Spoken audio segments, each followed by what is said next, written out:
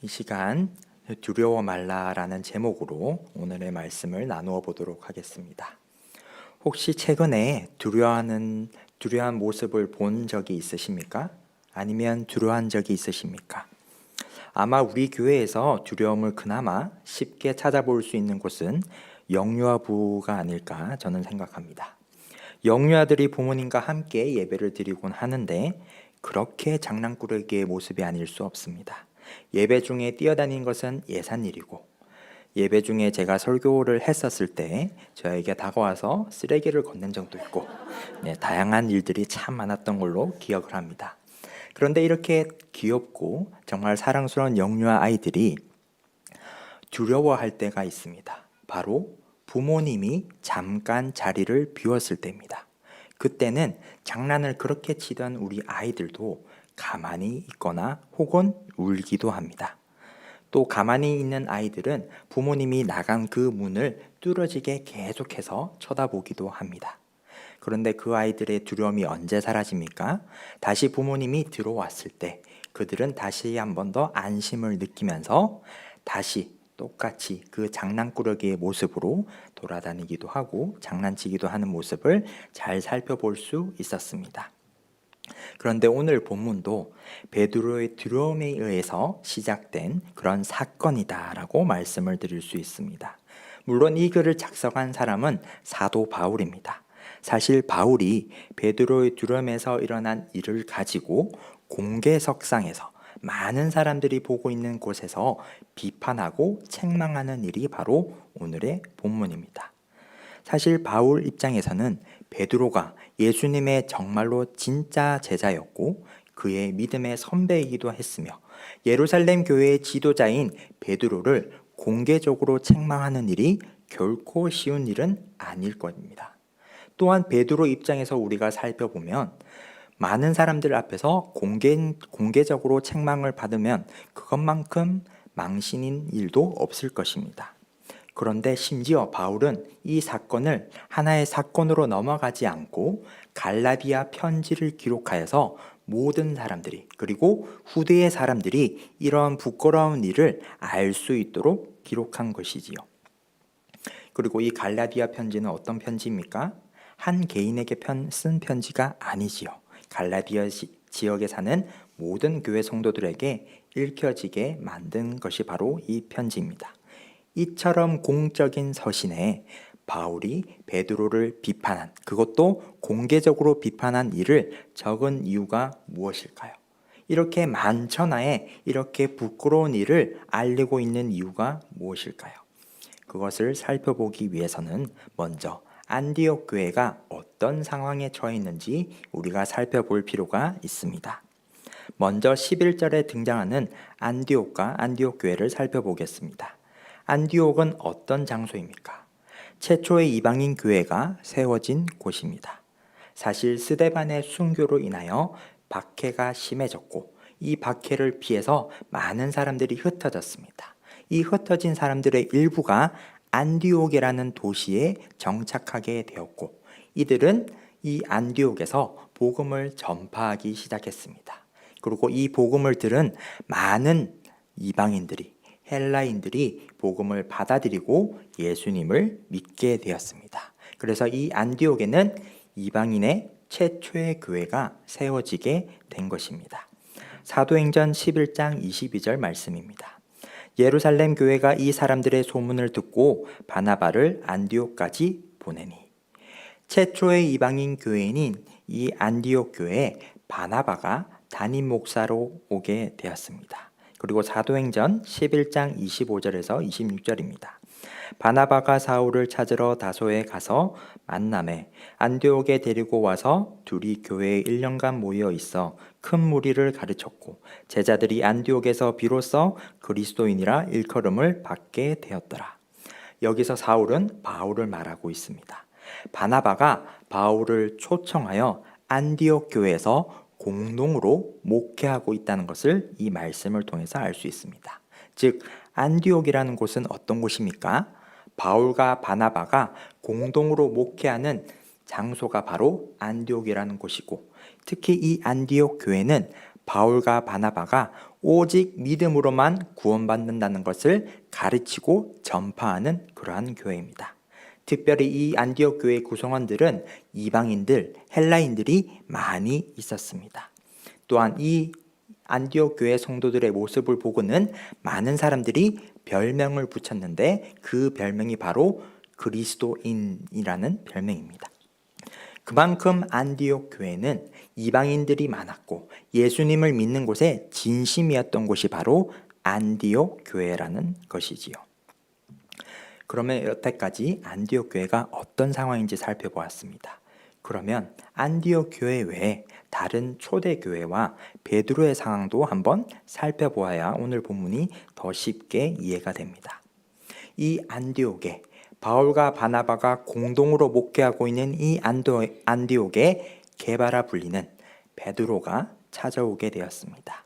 그리고 안디옥에서 일어난 이 사건, 바울이 베드로를 사람들 앞에서 공개적으로 비판한 사건을 위해서는 첫째로는 당시 초대교회의 상황을 이해하고 둘째로는 베드로가 어떤 생각을 가졌는지 먼저 알아야 이해할 수 있는 것이지요. 먼저 초대교회 상황을 먼저 살펴보도록 하겠습니다. 갈라디아서 2장 3절에서 4절 말씀입니다. 그러나 나와 함께 있는 헬라인 디도까지도 억지로 할례를 받게 하지 아니하였으니 이는 가만히 들어온 거짓 형제들 때문이라. 그들이 가만히 들어온 것은 그리스도 예수 안에서 우리가 가진 자유를 엿보고 우리를 종으로 삼고자 함이로되. 바울이 바나바와 함께 예루살렘에 방문했을 때 바울이 데리고 간 디도의 할례 문제가 있었다는 것을 지난번 말씀에 드렸습니다. 디도는 헬라인이었죠. 유대인이 아닌 이방인이었습니다. 이러한 이방인에게 사람들은 할례를 하라고 권면을 했었던 적이 있었습니다. 하지만 사도 바울은 이 할례 문제, 율법의 행위의 문제를 단호하게 거절했습니다. 왜 거절했습니까? 갈라디아서 1장 7절 말씀입니다. 다른 복음은 없나니 다만 어떤 사람들이 너희를 교란하여 그리스도의 복음을 변하게 하려 함이니라. 바울은 오직 믿음으로만 구원에 있다는 사실을 계속해서 강조했습니다. 그렇기 때문에 할례를 받지 않아도 된다라고 주장한 것이지요. 율법이 중요한 것이 아니라 오직 믿음으로만 구원에 이를 수 있기 때문에 이러한 율법이나 행위나 할례는 다로 제쳐두기를 바울이 원했던 것입니다. 그리고 이러한 문제를 예루살렘에 방문했을 때 확증했습니다. 이 예루살렘에 있던 그때 당시의 지도자들 베드로, 야고보, 요한 모두는 이러한 바울의 주장을 받아들였고 오히려 바울은 이방인의 사도로 공개적으로 인정했었습니다. 이 모습을 갈라디아서 2장 9절에서 살펴볼 수 있는 것이지요. 기둥같이 여기는 야고보와 게바와 요한도 내게 주신 은혜를 알므로 나와 바나바에게 친교의 악수를 하였으니 우리는 이방인에게로 그들은 할례자에게로 가게 하려 함이라. 이 말씀을 통해서 바울이 이미 이방인의 사도로 인정받았음을 알게 되었고 동시에 오직 믿음으로만 구원에 이른다는 것을 만천하에 공개적으로 확증하게 되었습니다. 이를 베드로와 야고보와 요한이 확인하였죠. 이렇게 바울이 이방인의 사도로 인정을 받은 이후에 이 오늘의 본문의 사건이 펼쳐지게 되는 것입니다. 그러면 둘째로 베드로가 안디옥에 방문을 했는데 그때 당시 베드로는 어떤 생각을 가지면서 이 안디옥에 방문했는지 한번 살펴보겠습니다. 사도행전 10장 14절에서 15절까지의 말씀입니다. 베드로가 이르되 주여 그럴 수 없나이다. 속되고 깨끗하지 아니한 것을 내가 결코 먹지 아니하였나이다 한데 또 두 번째 소리가 있으되 하나님께서 깨끗하게 하신 것을 내가 속되다 하지 말라 하더라. 베드로가 이 안디옥에 방문하기 전에 이 사건이 일어납니다. 어떤 사건입니까? 베드로가 시몬의 집에 있을 때 하나님께서 환상을 보여줍니다. 이 환상에 나온 것은 유대인의 율법으로는 절대로 먹어서는 안 되는 그렇게 부정한 것처럼 보이는 것들이 환상 속에서 보여졌습니다. 그런데 이 환상 속에서 하나님께서 이 부정해 보이는 것들을 먹으라고 명령하신 것이지요. 베드로는 당연히 율법의 근거를 하여서 자신이 알고 있는 그 지식대로 하나님, 저는 이것을 먹을 수 없습니다. 부정한 것이기 때문에 나는 먹을 수 없습니다. 라고 말했습니다. 하지만 하나님께서 뭐라고 말씀하십니까? 하나님, 창조주인 하나님이 깨끗하다고 한 것을 너가 왜 부정하다고 말하느냐? 라고 하나님께서 오히려 베드로를 말리시고 책망하십니다. 그리고 이 환상이 깨어나게 되고 베드로는 이방인인 고넬료의 집에 들어가게 됩니다. 사도행전 10장 22절에서 23절까지의 말씀입니다. 그들이 대답하되 백부장 고넬료는 의인이요 하나님을 경외하는 사람이라 유대 온 족속이 칭찬하더니 그가 거룩한 천사의 지시를 받아 당신을 그 집으로 청하여 말을 들으려 하느니라 한데 베드로가 불러 들여 유숙하게 하니라. 베드로는 이 환상에서 깨어난 이후에 이방인인 고넬료의 집에 들어가게 되었습니다. 하나님의 인도하심이지요. 그리고 베드로는 이렇게 고백합니다. 사도행전 10장 34절입니다. 베드로가 입을 열어 말하되 내가 참으로 하나님은 사람의 외모를 보지 아니하시고. 베드로는 하나님이 앞서 보여주신 환상과 이방인인 고넬료와 함께 식사 교제를 통하여서 구원은 오직 믿음으로만 이루어지는 것이구나. 유대인처럼 혈통으로 인한 것이 아니고 율법이나 행위로 구원을 얻는 것이 아니라 오직 믿음으로만 구원에 이르는 거구나라는 것을 확실하게 깨달았습니다.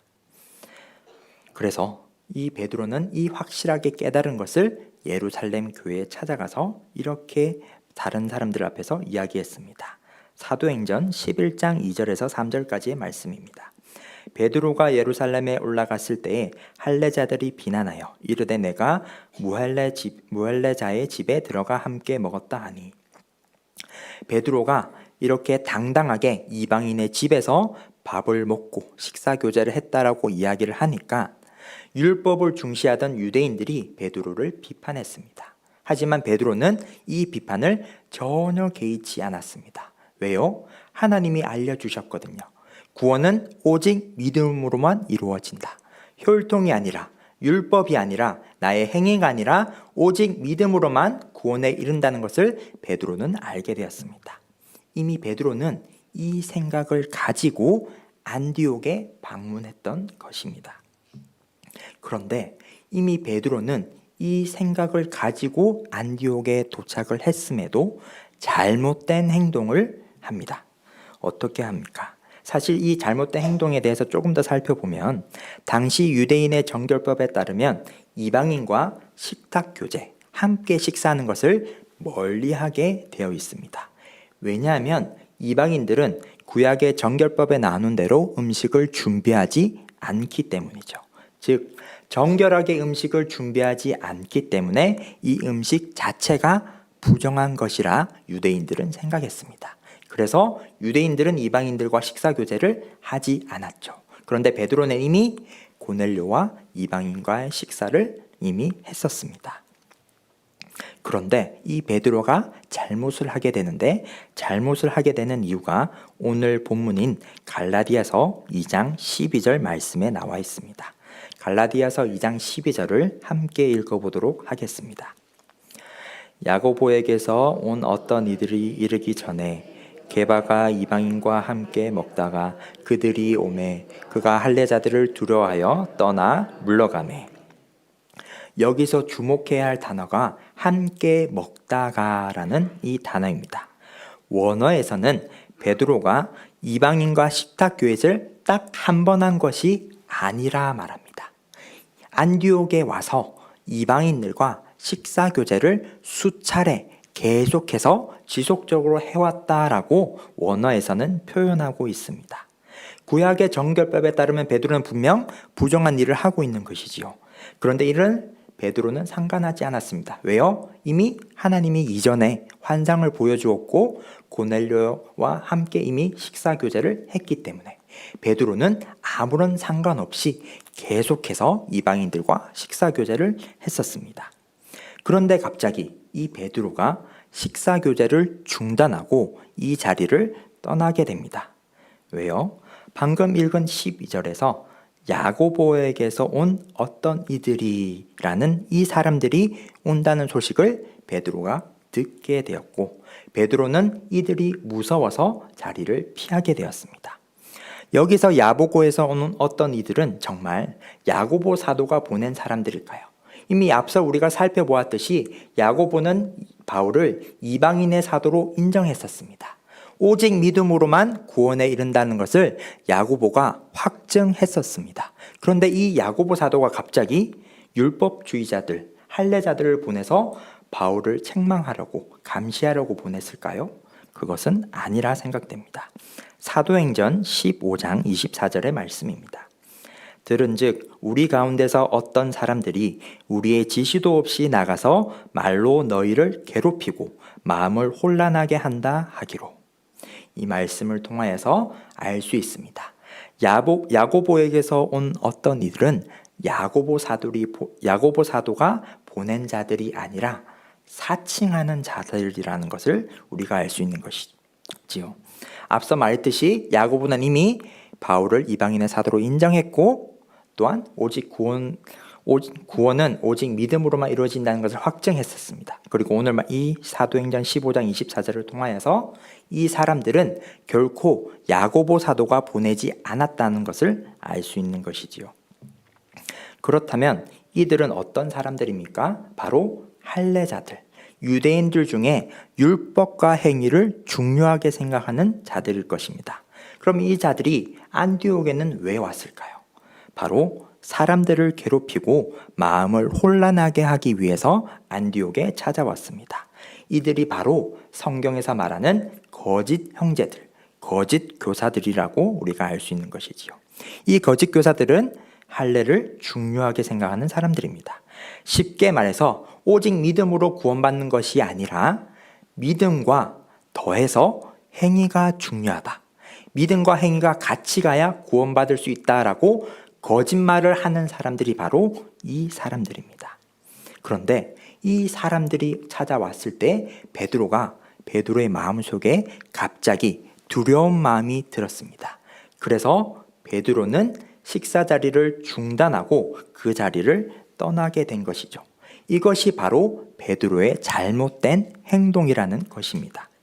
무엇이 잘못된 행동입니까? 베드로가 이방인과 식사 교제를 중단함으로써 어떤 일들이 펼쳐집니까? 오늘 본문 갈라디아서 2장 13절입니다. 함께 읽어보도록 하겠습니다. 남은 유대인들도 그와 같이 외식함으로 바나바도 그들의 외식에 유혹되었느니라. 베드로가 할례자들, 거짓 교사들이 무서워서 식사 자리를 떠나니 어떤 일들이 일어났습니까? 남은 유대인들과 안디옥 교회 담임 목사님인 바나바도 그 자리를 피해버렸습니다. 그런데 안디옥 교회가 어떤 교회였습니까? 이방인 최초의 교회가 바로 안디옥 교회입니다. 안디옥 교회의 주축 멤버들, 주축 성도들은 이방인들입니다. 유대인들이 아닌 이방인들이 이 안디옥 교회를 운영하고 있고 그 교회에서 섬기고 있는 것이지요. 그런데 이러한 이방인이 주축인 교회에서 율법주의자들이 찾아온다고, 거짓 교사들이 찾아온다고 유대인이었던 사람들, 베드로, 바나바가 그 자리를 떠나버린 것이죠. 그러면 안디옥 교회 사람들은 혼란이 올 수밖에 없습니다. 왜냐하면 안디옥 교회의 목사, 담임 목사였던 바울과 바나바가 이들을 어떻게 가르쳤느냐? 오직 믿음으로만 구원에 이른다라고 계속해서 가르쳤고 이렇게 복음을 전파했었습니다. 그리고 이 복음을 받아들인 사람들이 안디옥 교회에 있는 것이죠. 그런데 베드로가 도망감으로써, 바나바가 그 자리를 피함으로써 이 안디옥 교회 성도들은 혼란이 생기게 된 것이죠. 오직 믿음으로 구원받는 것이 아닌가? 율법도 지켜야 하는 것인가? 내 행위도 중요한 것인가? 라고 헷갈리게 되는 것이지요. 마치 지금으로 따지면 이렇습니다. 말로는 믿음으로만 구원받는다고 말하면서 행동으로는 기도 열심히 해야 돼.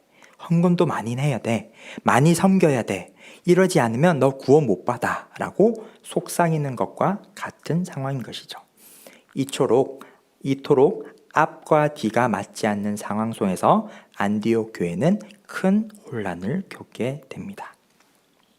그래서 바울은 베드로를 향해서 공개적으로 비판을 하는 것이지요. 바울이 베드로를 개인적으로 찾아가서 비판한 것이 아니라 모든 사람들 앞에서 공개적으로 책망을 합니다. 뿐만 아니라 한 번의 비판으로 끝내지 않고 갈라디아 편지에 직접 기록하여 이 기록을 후대의 사람들까지 길이 널리 읽을 수 있도록 했었습니다. 이처럼 바울이 베드로의 한 번의 실수를 그냥 넘어가지 않고 이렇게 크게 문제를 만드는 이유는 무엇일까요?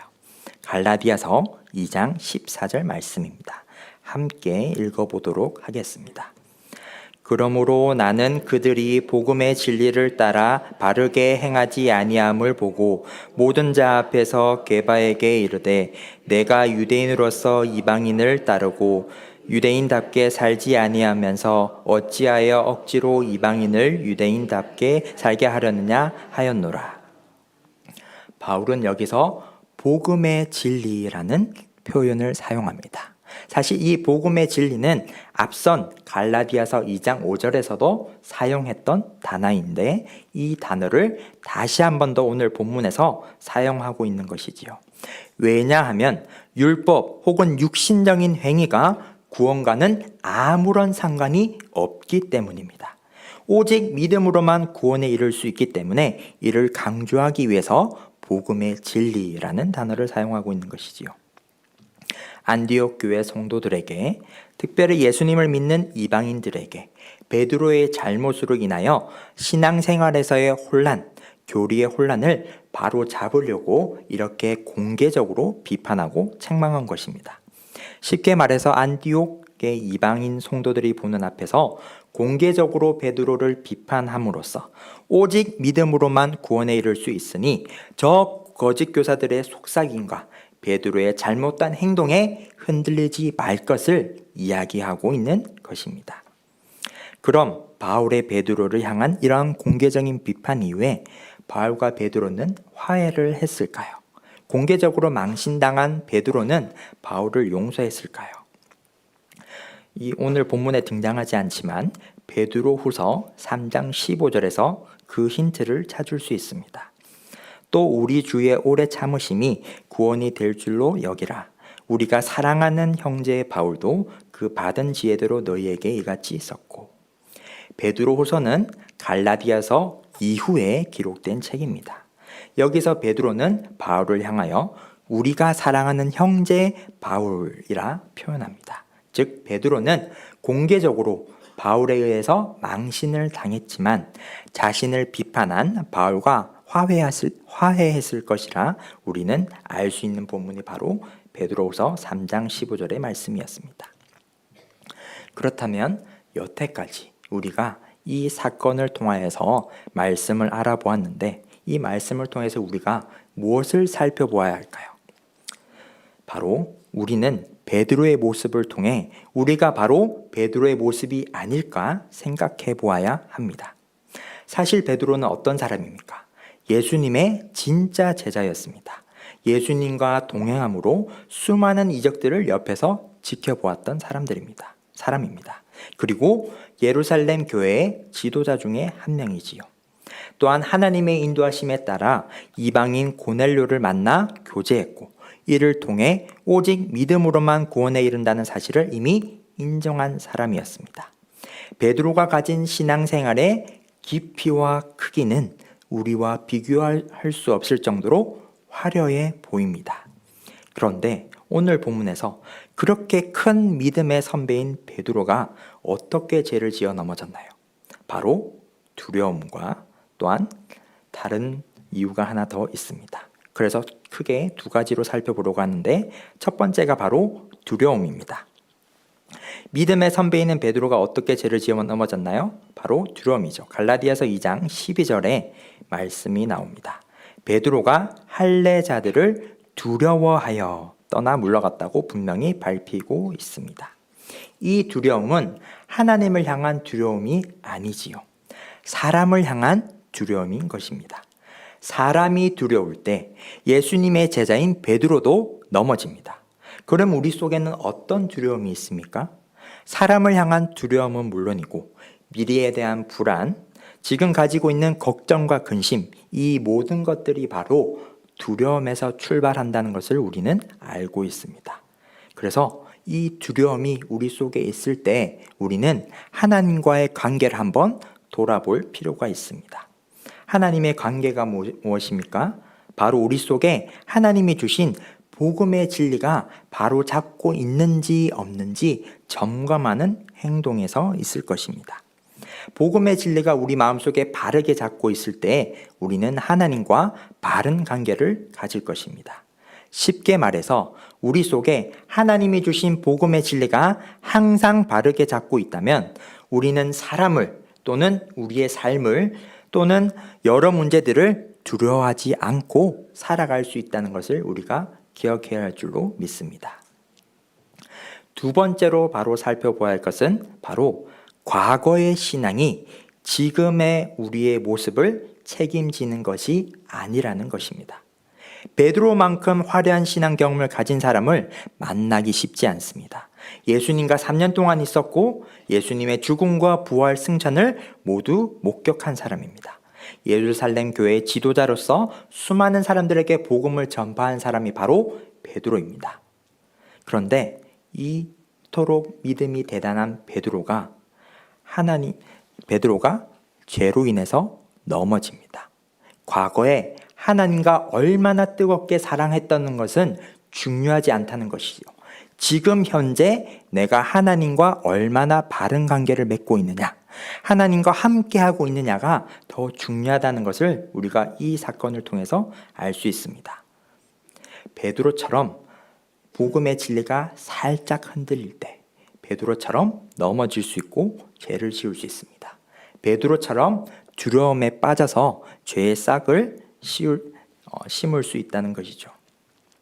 그래서 쉽게 말해서 어제 받았던 하나님의 은혜가 오늘의 삶을 보장해 주는 것은 아닙니다. 그래서 하나님이 주신 복음의 진리를 우리가 매일 돌아보며 하나님의 은혜를 매일 간구해야 할 줄로 믿습니다. 말씀을 정리하겠습니다. 대단한 믿음의 선배인 베드로는 수많은 신앙의 경험이 있음에도 불구하고 마음속에 사람을 향한 두려움이 싹틀 때에 바로 외식하는 죄를 저질렀습니다.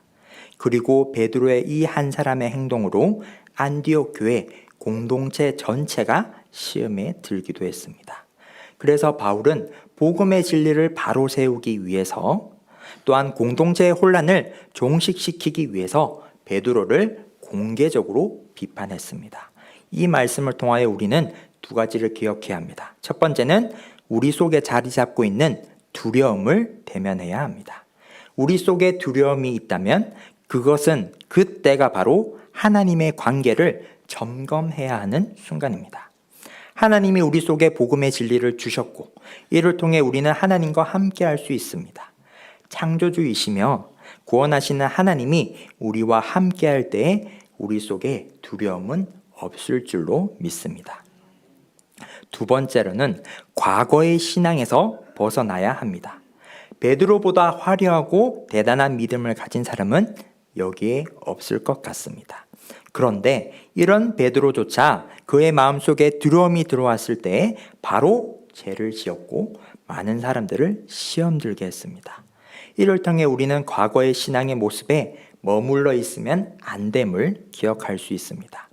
우리가 과거의 신앙의 추억으로만 머물러 있다면, 과거에 뜨거웠던 그 순간만 기억하고 있다면 어쩌면 지금 우리는 하나님의 관계가 멀어져 있을지도 모릅니다. 그래서 어제의 은혜가 오늘의 은혜를 보장하는 것이 아님을 기억하면서 오늘 하루도 하나님께서 우리에게 은혜를 달라고 간구해야 할 줄로 믿습니다. 그러므로 우리는 오늘 말씀을 통해 오직 믿음으로만 구원받을 수 있음에 먼저 감사합시다. 우리의 행위로는 결단코 하나님을 만족시킬 수 없지만 하나님께서 거저주신 복음의 진리를 통하여 구원의 강백을 누릴 수 있도록 감사합시다. 또한 오늘 우리에게 주실 하나님의 은혜를 매 순간 간구합시다. 복음의 진리만이 우리 마음속에 가득하여 두려워하지 않도록 간구합시다. 그래서 우리의 신앙이 과거에만 머물러 있는 것이 아니라 지금 오늘도 하나님과 함께할 수 있도록 간구합시다. 그래서 우리의 삶이 여러 가지의 두려움에 사로잡혀 있는 것이 아니라 하나님의 자녀로서 오늘 하루도 당당하게 살아갈 수 있기를 주님의 이름으로 축복합니다.